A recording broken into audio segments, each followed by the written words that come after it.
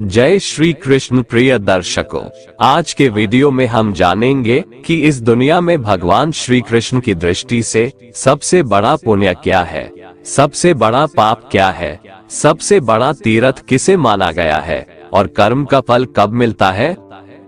तो दोस्तों, भगवान श्री कृष्ण की इस बात को जानने के लिए वीडियो को अंत तक पूरा देखें, तभी आप ये बात पूरी तरह से समझ पाएंगे।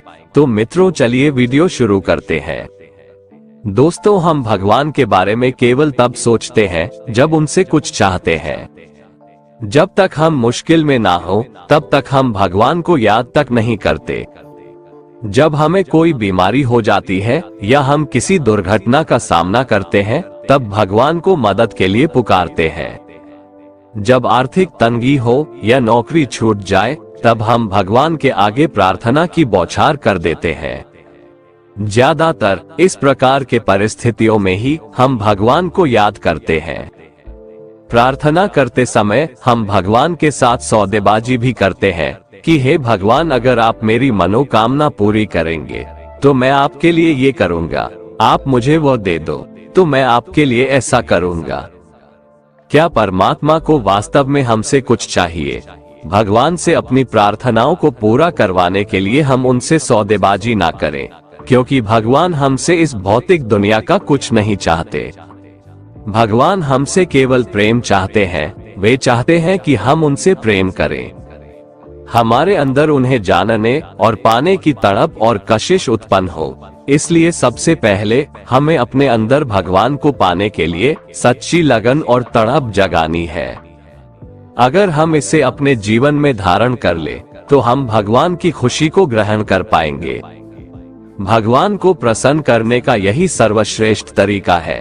भगवान हमारे माता पिता, हमारे वास्तविक प्रीतम और सच्चे मित्र हैं। माता पिता, प्रीतम और मित्र के प्रति हमारे प्रेम का इजहार किसी भौतिक उपहार का मोहताज नहीं होता। वे केवल हमारे सच्चे प्रेम को पाकर ही खुश होते हैं। प्रेम ही एकमात्र भाषा है जो हमारे दिल से दूसरे के दिलों तक बहुत जल्दी पहुंचती है। हम किस प्रकार भगवान को अपना प्रेम दर्शा सकते हैं? ध्यान अभ्यास हमारी आत्मा को प्रेम के साथ फिर से मिलाने में मदद करता है। ध्यान अभ्यास में बैठना एक संकेत है कि हम भगवान से प्रेम करते हैं और भगवान से मिलना चाहते हैं, पर ध्यान अभ्यास में सिर्फ 5 मिनट बैठना पर्याप्त नहीं है। जब हम रोजाना लगन और उत्साह से भगवान को पाने के लिए ध्यान अभ्यास में बैठते हैं तब भगवान देखते हैं कि हम उनसे मिलना चाहते हैं। संत महापुरुष प्रतिदिन 2.5 घंटे अर्थात दिन का 10वां हिस्सा हमें ध्यान अभ्यास में देने की हिदायत देते हैं। जब हम सच्ची लगन के साथ ध्यान अभ्यास में बैठते हैं तब हमें भगवान की दया और मदद अवश्य मिलती है ताकि हम अपने लक्ष्य तक बड़ी तेजी से पहुंच सके। भगवान के प्रति प्रेम दर्शाने का दूसरा तरीका है निष्काम सेवा। सारी सृष्टि भगवान की संतान है। जब हम बिना स्वार्थ से दूसरों की सेवा करते हैं तो हम भगवान की सेवा करते हैं। माता पिता खुश होते हैं जब लोग उनके बच्चों की मदद करते हैं।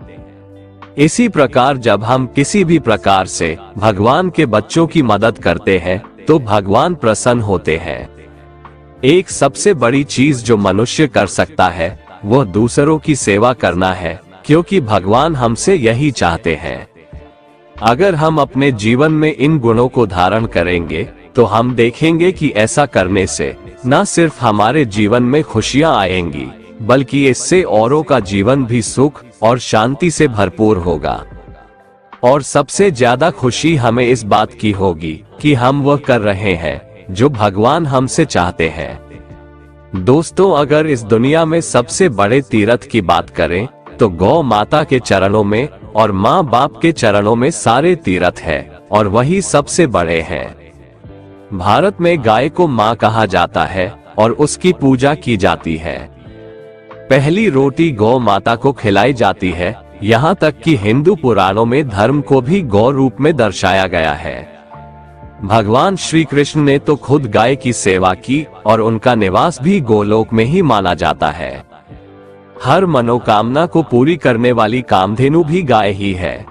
इस तरह गाय को इतना महत्वपूर्ण और पूजनीय माने जाने के पीछे कई कारण हैं। लेकिन क्या आपने कभी यह सोचा है कि गाय को माँ ही क्यों कहा गया है? गाय के साथ अन्य कोई रिश्ता क्यों नहीं जोड़ा गया? कई बार नवजात बच्चे को विभिन्न कारणवश माँ का दूध उपलब्ध नहीं हो पाता है। ऐसे में उसे गाय का दूध ही पिलाया जाता है। गाय का दूध सुपाच्य होता है और यह बेहद पोषक होता है। गाय के दूध में 16 प्रकार के मिनरल्स होते हैं। आयुर्वेद के अनुसार भी माँ के दूध के बाद बच्चे के लिए गाय का दूध ही सबसे ज्यादा फायदेमंद होता है। इस तरह गाय की मदद से ही बच्चे का पोषण होता है, इसलिए गाय को माँ का दर्जा दिया गया है। शास्त्रों के अनुसार जब ब्रह्मा जी सृष्टि की रचना कर रहे थे तो उन्होंने धरती पर सबसे पहले गाय को ही भेजा था। साथ ही गाय का दूध ही वो चीज होती है जो नवजात बच्चे को पिलाया जा सकता है। इसके अलावा सभी जानवरों में केवल गाय ही ऐसी जानवर है जो माँ शब्द का उच्चारण करती है। इसलिए ये भी माना जाता है कि माँ शब्द की उत्पत्ति भी गौवंश से हुई है। हिंदू धर्म शास्त्रों के अनुसार गौ माता की पूजा करने से मनोवांछित फल की प्राप्ति होती है, घर में सुख समृद्धि आती है। जिन घरों में गाय रहती है वहां हमेशा सुख शांति रहती है। गाय की सेवा करने को श्रेष्ठ कार्य माना गया है। साथ ही रोजाना पहली रोटी गाय को खिलाने से अपार सुख समृद्धि मिलती है। सारे देवी देवता कृपा करते हैं। इतना ही नहीं, भविष्य पुराण के अनुसार गाय के सींगों में तीनों लोकों के देवी देवता विराजमान रहते हैं।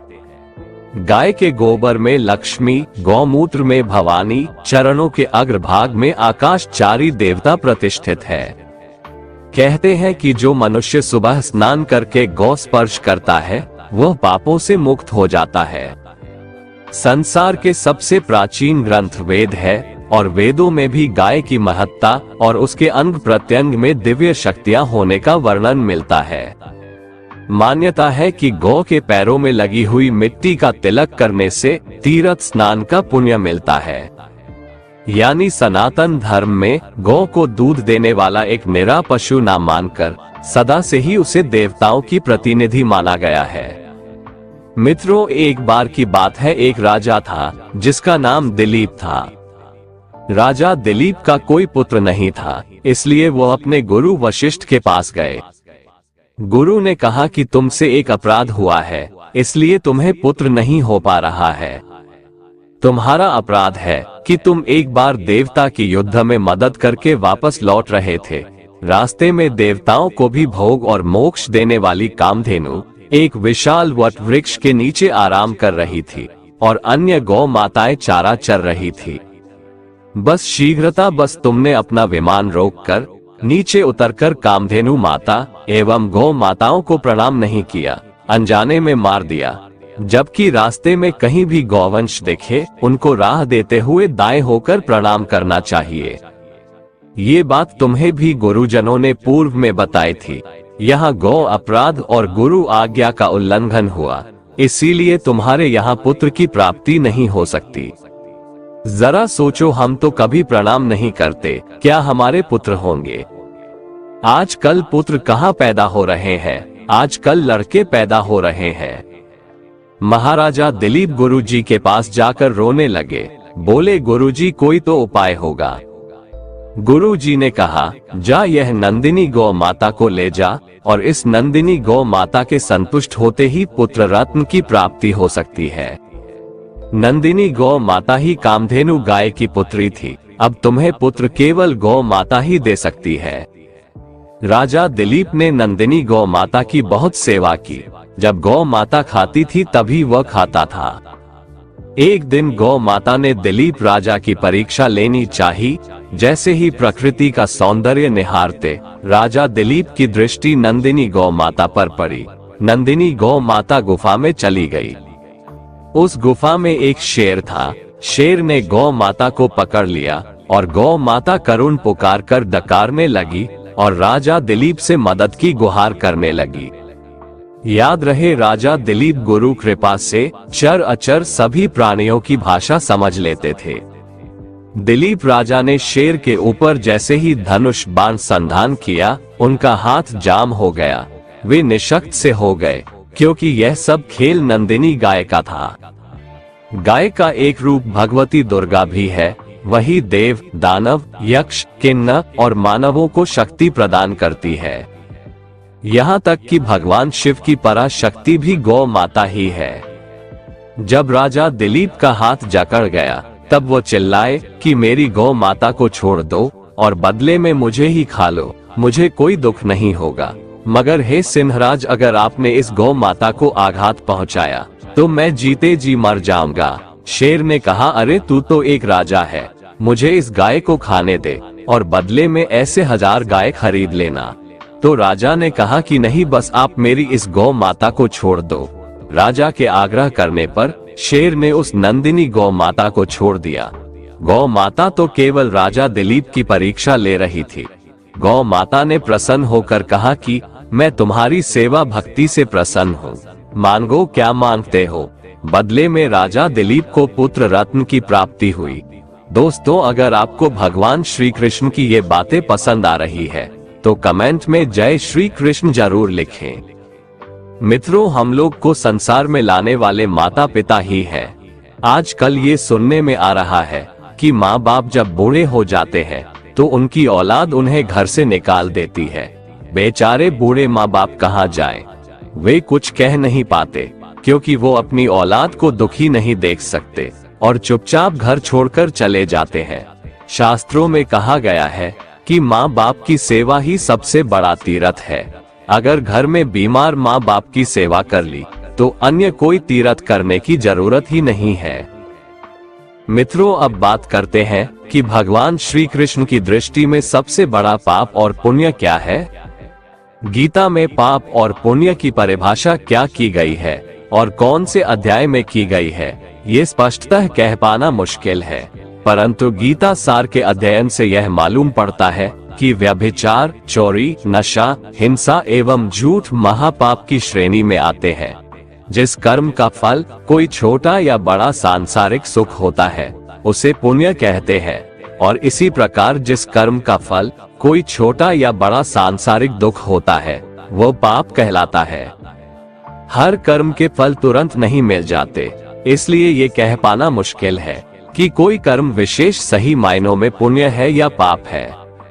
दरअसल ब्रह्मविद्या तो ये कहती है कि हर क्रिया उभयरूपा होती है, अर्थात एक ही क्रिया से दोनों प्रकार के कर्मों का प्रतिपादन होता है। यानी एक ही क्रिया से पाप भी जुड़ सकता है और पुण्य भी जुड़ सकता है, परंतु इसका फैसला केवल परमेश्वर की निराकार शक्तियों के द्वारा निष्पक्ष रूप से प्रकृति के अचूक नियमों के अनुसार होता है। कर्मों के फलों की उपरोक्त व्यवस्था के अतिरिक्त एक और बहुत ही महत्वपूर्ण संदेश गीता में और ब्रह्मविद्या में मिलता है, वो निष्काम कर्म के संबंध में है। निष्काम कर्म अर्थात परमेश्वर के वचनों और आज्ञाओं के अनुसार बिना किसी लाभ या हानि की अभिलाषा से समर्पित भाव से किए गए ऐसे कर्तव्य कर्म जिससे किसी अन्य जीव को किसी भी प्रकार का शारीरिक, भावनात्मक या मानसिक कष्ट नहीं पहुंचता। निष्काम कर्मों के प्रतिपादन से न तो कोई पाप फल जुड़ता है और न ही कोई पुण्य फल जुड़ता है। दूसरे शब्दों में कहें तो ये कि निष्काम कर्म जीव को संसार से नहीं बांधते, जबकि पाप और पुण्य दोनों प्रकार के कर्मों के कारण जीव क्रमशः दुख और सुख भोगने के लिए इस संसार से बंधा रहता है। एक ही क्रिया से कैसे पाप और पुण्य दोनों प्रकार के कर्मों का प्रतिपादन हो जाता है, उसका एक उदाहरण लेते हैं। आपने एक चयनकर्ता के रूप में किसी गरीब और जरूरतमंद व्यक्ति पर दया करके उसे नौकरी पर रखकर एक पुण्य कर्म किया, परंतु आपने अपनी इसी क्रिया के फल स्वरूप सबसे अधिक योग्य उम्मीदवार को नौकरी पाने से वंचित करके एक पाप कर्म भी कर दिया। दूसरों का धन हड़पने की इच्छा, देह को ही सब कुछ मानना, कठोर वचन बोलना, निंदा करना, बिना कारण बोलते रहना, तन मन कर्म से किसी को दुख देना, पर स्त्री या पुरुष से संबंध बनाना, ये सभी पाप की श्रेणी में आते हैं। श्री कृष्ण ने गीता में कहा है कि सुख और दुख, लाभ हानि, यश अपयश आदि चीजों से ऊपर उठे। ऐसा इसलिए क्योंकि न सुख स्थायी है और न दुख, न लाभ स्थायी है, न हानि, जो आपको अच्छा नहीं लगता उसे पाप कहते हो, दानव कहते हो। जो आपको अच्छा लगता है उसे पुण्य, देवता कहते हो।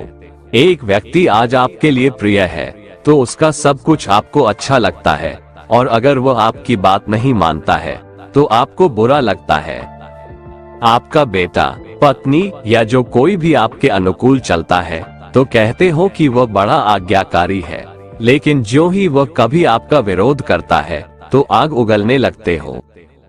शास्त्रों में लिखा है कि पत्नी अगर सुंदर हो, सुशील हो, पुत्र आज्ञाकारी हो, सेवक आपकी सेवा करता हो, घर में धन वैभव हो तो इसी संसार में सुख मिलता है, इसी संसार में स्वर्ग है। किंतु यदि घर का मालिक दुष्ट और व्यभिचारी हो तो भी पत्नी व पुत्र उसकी आज्ञा का पालन करते हो तो वहाँ स्वर्ग कैसे हो सकता है? स्वर्ग में तो नैतिक लोग रहते हैं। जब मनुष्य अनैतिक आचरण करे, फिर माता पिता या जो कोई भी हो उस आचरण में स्वर्ग देखे, तब तो यह अनैतिकता का प्रचार हुआ। दरअसल पाप व पुण्य तो हमारी आंखों में है। सड़क पर किसी सुंदर महिला को देखकर आप कह सकते हो कि परमात्मा ने कितनी अच्छी रचना की है, मैं इसके लिए आपको धन्यवाद देता हूँ। उसी महिला को देखकर किसी अन्य के मन में पाप आ जाता है तो वहाँ उसका कुविचार उसके मन को व्यग्र बना देता है। अच्छे कर्म करना, अच्छे विचार पैदा करना, अच्छे भाव से सेवा करना, अच्छे मकसद से कार्य करना, अच्छे संस्कार से ईश्वर को प्रसन्न करना, अच्छे व्यवहार से सबको खुश रखना, जरूरतमंद की मदद करना, दान पुण्य करना, पूजा पाठ ध्यान मनन चिंतन योग करना, किसी के चेहरे पर मुस्कान लाना, उसके दर्द को दूर करना, ये पुण्य है। हर परिस्थिति में धैर्य बनाए रखना, बदला न लेना, क्रोध का कारण होने पर भी क्रोध न करना, उद्दंड न होना, दूसरे की वस्तु हथियाने का विचार न करना, इंद्रियों को विषयों में लिप्त न होने देना, किसी बात को भलीभांति समझना, धर्म अर्थ काम और मोक्ष का ज्ञान होना, झूठ और अहितकारी वचन न बोलना, क्षमा के बाद भी कोई अपमान करे तो भी क्रोध न करना, ये सब पुण्य कर्म माने गए हैं। गीता के 16वें अध्याय में भगवान ने आदर्श दिव्य गुण वाले सुसंस्कृत पुरुष के बारे में बताया है।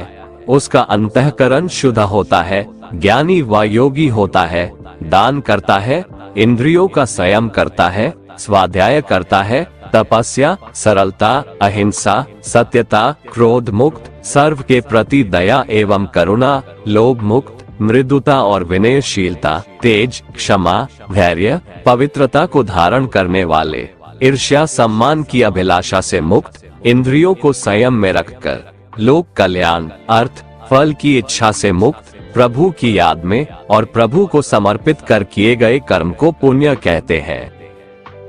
दोस्तों, हम जैसा कर्म करते हैं वैसा ही हमें फल मिलता है।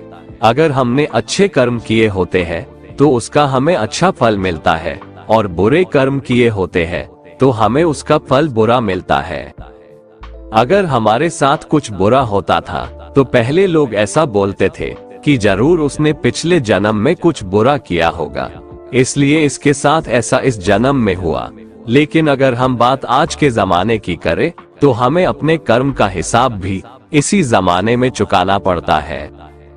पहले भगवान नोट और कलम लेकर सभी के कर्म का हिसाब करते थे, इसलिए पिछले जन्म का हिसाब इस जन्म में होता था। लेकिन आज तो इंटरनेट का जमाना है, इसलिए भगवान भी लैपटॉप लेकर बैठते हैं और सभी के कर्म का हिसाब इसी जन्म में होता है। ये कहानी भी कर्म के बारे में ही है। हमारा जैसा कर्म होता है वैसा ही फल हमें मिलता है। एक छोटे से गांव में एक लड़का रहता था। वो लड़का बहुत ज्यादा गरीब परिवार से था। वो अपनी स्कूल की पढ़ाई करता था और स्कूल के बाद लोगों के घर घर जाकर सामान बेचने का काम करता था। इस तरह घर घर जाकर सामान बेचकर उसे जो भी पैसे मिलते थे उसी में से वो अपनी स्कूल की फीस भरता था। वो लड़का हर रोज की तरह एक दिन स्कूल के बाद दोपहर को सामान बेचने के लिए निकला था। उसे बहुत जोर की भूख लगी थी। उसने ये तय किया कि मैं अब जिस भी घर पे जाऊंगा और सामान बेचूंगा उस घर से पैसे नहीं खाना मांग लूंगा।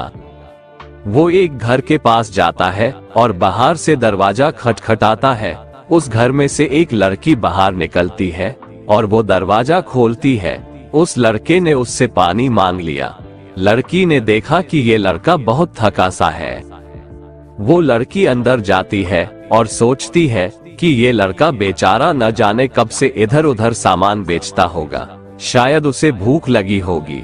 लड़की ये सब सोच रही थी और वो उसके लिए पानी की जगह पर दूध का गिलास लेकर उसे देती है। लड़का बहुत भूखा था, इसलिए वो दूध पी लेता है और बहुत खुश हो जाता है। उसे लगता है कि इस दुनिया में अभी भी इंसानियत जिंदा है। लड़का भगवान का धन्यवाद करता है। वो अब लड़की से पूछता है कि आपको मैं कितने पैसे दूं इस दूध के। लड़की ने कहा, मुझे आपसे कोई पैसे नहीं लेने हैं। मेरी माँ मुझे हमेशा ऐसा कहती है कि हमें दूसरों की मदद करनी चाहिए। लड़के ने कहा, आपको कुछ लेना है इस सामान में से? लड़की ने कहा कि आप कुछ मत दीजिए, मुझे कुछ नहीं लेना है। लड़के ने जाते हुए कहा कि मैं आपका दिल से धन्यवाद करना चाहता हूँ क्योंकि आपने मेरी मदद की। इतना बोलते हुए वो लड़का वहाँ से चला जाता है। कुछ समय के बाद इस लड़के ने अपनी स्कूल और कॉलेज की पढ़ाई पूरी कर ली और वो एक अच्छा डॉक्टर बन गया। ये लड़का अब एक शहर में अच्छे हॉस्पिटल में डॉक्टर था। इधर इस लड़की के घर वालों की आर्थिक परिस्थिति दिन व दिन बिगड़ रही थी। एक दिन ऐसा आया कि ये लड़की बहुत बीमार हो गई। लड़की को उसके घर वाले उसी हॉस्पिटल में ले जाते हैं जिस हॉस्पिटल में ये लड़का डॉक्टर था। उस लड़के के पास ये लड़की का केस आता है।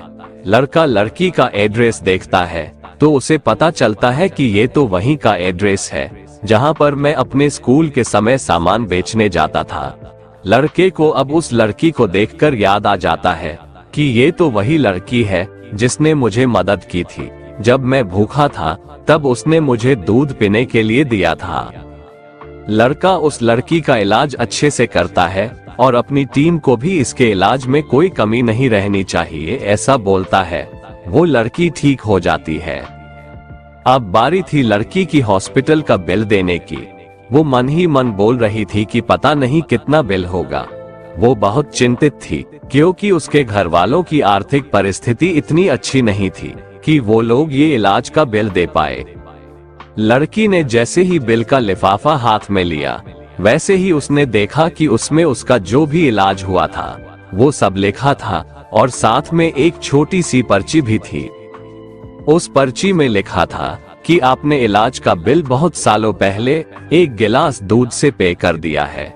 डॉक्टर तभी वहां पर पहुंच जाते हैं और ये लड़की उनको पहचान लेती है और उनसे कहती है कि आपका बहुत बहुत शुक्रिया। दोस्तों, अगर आप कुछ अच्छा करते हैं तो अच्छाई आपके पास घूमकर जरूर आएगी। हमें अक्सर हमारे कर्म के हिसाब से ही फल मिलते हैं। जैसा हमारा कर्म होता है वैसा ही हमें कर्म का फल मिलता है। श्रीमद् भगवद गीता में योगीराज श्री कृष्ण महाराज ने संदेश दिया है कि अवश्यमेव भोक्तव्यम कर्म कृतम शुभाशुभम, अर्थात व्यक्ति को अपने किए हुए शुभ और अशुभ सभी कर्मों का फल अवश्य ही भोगना पड़ता है। मनुष्य अपने जीवन में जैसे जैसे कर्म करता जाता है वैसे वैसे ही उसके जीवन का निर्माण होता जाता है, परंतु परमात्मा ने मनुष्य को केवल कर्म करने की स्वतंत्रता दी है। कर्म फल की व्यवस्था परमात्मा के अधीन है।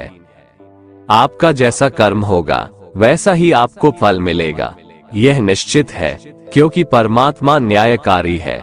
परमात्मा मनुष्य द्वारा किए जाने वाले प्रत्येक कर्मों को जानने वाला है। परमात्मा के आगे किसी की सिफारिश नहीं चलती। परमात्मा को कोई रिश्वत नहीं दे सकता, इसलिए परमात्मा को पूर्ण न्यायकारी कहा गया है। परमात्मा की अटल न्याय व्यवस्था से कोई भी आज तक न तो बचा है और न ही आगे बचेगा। इसलिए अच्छे कर्म करने वाला व्यक्ति निर्भय होता है और बुरा कर्म करने वाला व्यक्ति हर समय भयभीत होता है। अब सवाल ये है कि कर्मों का फल क्यों भोगना पड़ता है? क्या इसे टाला नहीं जा सकता है? दोस्तों, भगवद गीता के अनुसार कर्म का फल बिल्कुल भी टल नहीं सकता। हम चाहे कितनी भी चालाकियां कर ले, कितने भी होशियार रहें, बेशक पूरी दुनिया की आंखों में धूल झोंक दे, बेशक आप इस बात को जान ना पाए, बेशक हम सभी अपने कर्मों से अनजान बने रहें, सब भूल सकते हैं, दुनिया भुला सकती है, पर कर्मफल निरंतर चुपचाप एक छाया की तरह अदृश्य शांत चित हमारे संग संग चलता रहता है। दोस्तों, कर्मफल कभी टाला नहीं जा सकता है, टालना हमारे बस में है ही नहीं।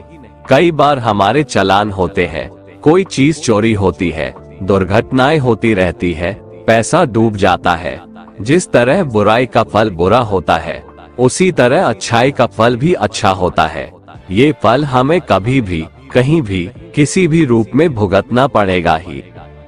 सिर्फ और सिर्फ एक कंडीशन पर ये टल सकता है, असल में टलेगा तो नहीं, पर इसका दर्द कम जरूर हो सकता है।